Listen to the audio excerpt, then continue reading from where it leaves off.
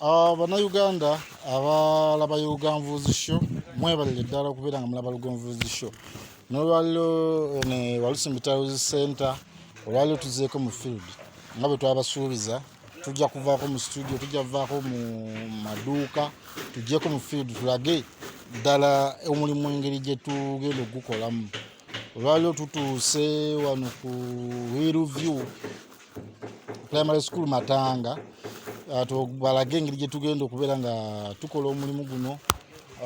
Ebintu tumaze okubeera nga tubituusa tumaliriza okubeera nga tupima site yaffe, ebiyigo ebyenjawulo, ennyumba ez'enjawulo, kalina yaffe nayo tumaliriza okugipima. Ebintu tumaze okubeera nga tubituusiza ku site, obungi bwabyo bye twali tubuyina ku bipimo bye twapima.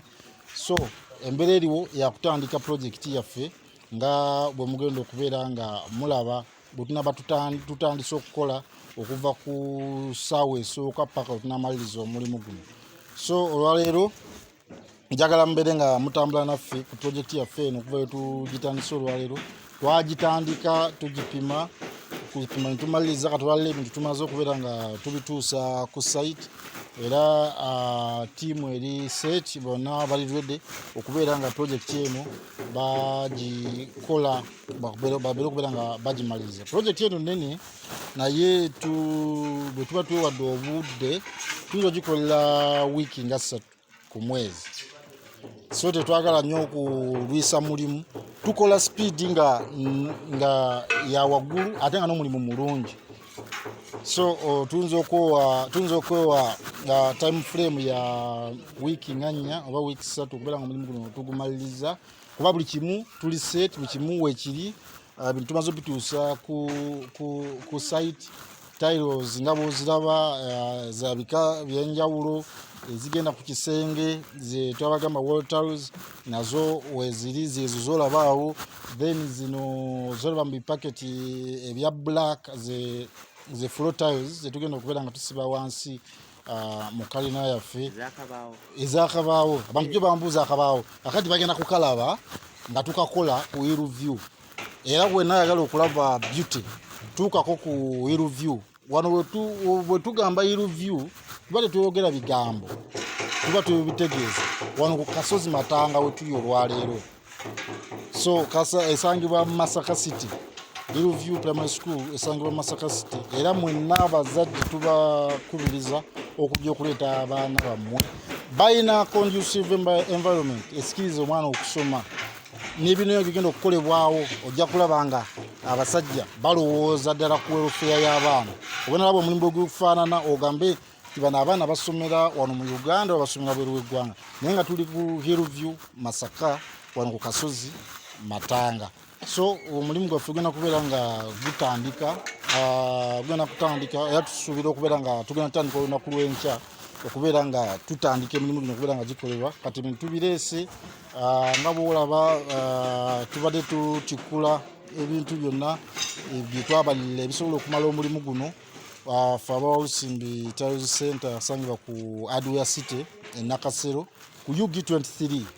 UG23 ye store oba lyedduuka wosanga Walusimbi Town Center. Walusimbi Town Center osobola omufuna ku ssimu 0702 28556 namba eri ku WhatsApp. Nawoba olina byagala okubuuza, olina byagala otusindikira tukupimire, tuba tukuyita ku eyo namba. Olumu abantu bayitirira obungi okusindika information eyo. Olumu eyo ono n'engikola, eyo oli n'engibuuka, eyo oli nemugamba nja kuddira enkya. Bannange bakama bange temukola ki? Temuva mu mbeera wabula weolabanga bw'otunula n'olabanga ninga yeerabidde osobola okunzijukizaamu tinakusindika ekintu kyange bwe kine bwe kiti. Ntulaba nga engeri gye tukikwasaganya engeri gye tusobola okupima ebintu byammwe ate projekiti zammwe nitukola ki? Ntuzikola. N'okuba essimu ne twogera n'ombuulira nti njagala omulimu gwange guli bwe guti n'enkubalira kye gwetaaga naffe kye twetaaga okubeera nga tukusibira ennyumba yo oba kizimbe kyo. Projekiti yonna Walusimbi Town Center esobola okubeera nga egikola ate n'obeera nga naawe weeyagalira mu nsonga eyo. So omulimu tukutte gwa Matanga. omulimu tukutegwa Matanga Hillview era twagala okwebaza abakulu abataddemu obwesiga obwo okubeera nga tukola ku projekiti yaabwe. Zimbe babizimbye kalina weziri twagala zonna tuzikole mulabe bulijjo kyetwogerako naddala nga tuli mu field mumanyi ti bulijjo kyetwogerako ate kyetukola katuze kubikola. So mwebale nnyo bannayuganda mwenna abali mu Uganda abali ebweru w'eggwanga, mwebale kukola, mwebale kukazana naffe gye tuli tugenda maaso n'okubeera nga tubaweereza. Eno ye Lugonvuuzi Show ey'ensonga. Mwebale okuwagira Lugonvuuzi Show, mwebale kulaba Lugonvuuzi Show, mwebale kuwagira Walsim Towers Center ku UG 23. Tusangibwa ku 0702 28 56 73. Jangu no ku mikutu gyaffe egy'enjawulo the Walsim Towers Center Facebook page yaffe, jangu ku TikTok the Walsim Towers Center, ne ku namba eyo eri ku WhatsApp tusobola okubeera nga tukwatagana. Mwebale nnyo, mwebale ddala, tusisinkane nga tutandika projekiti yaffe mu butongole. Mwebale nnyo, mwebalire ddala. 2.3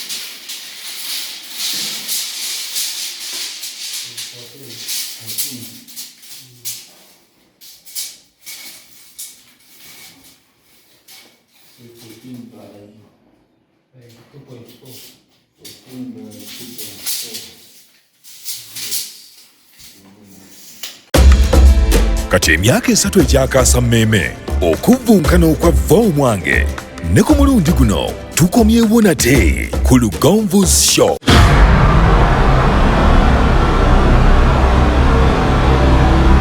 Sedduke 2023 Nyola.